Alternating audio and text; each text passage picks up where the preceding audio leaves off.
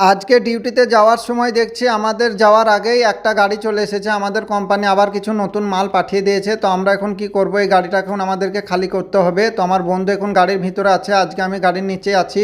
আমার বন্ধু আমাকে বলছে ভিডিও করা বাদ দিয়ে তাড়াতাড়ি আয় গাড়িটা খালি করি। তো গাড়িটা খালি করার পর দেখুন আমার বন্ধুর একটু বেশি মাল এসেছে, আমার বন্ধুর প্রচুর মাল এসেছে। এই দেখুন এত মাল যখন দিচ্ছে হয়তো নতুন ডিসকাউন্ট আসতে পারে। তো এত মাল এসেছিল, গাড়িটা খালি করার পর ডিউটি শেষ করে চলে গিয়েছিলাম। 4টের সময় এসে চা খাচ্ছি।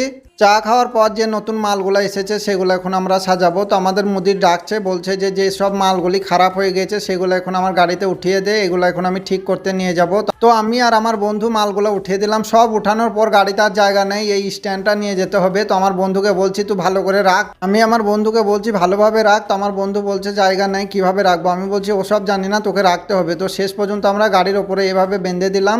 ডিউটি শেষ করার পর আমার বন্ধু এখান থেকে একটা রুটি নিল। তো ভিডিওটি ভালো লাগলে লাইক করে দেবেন।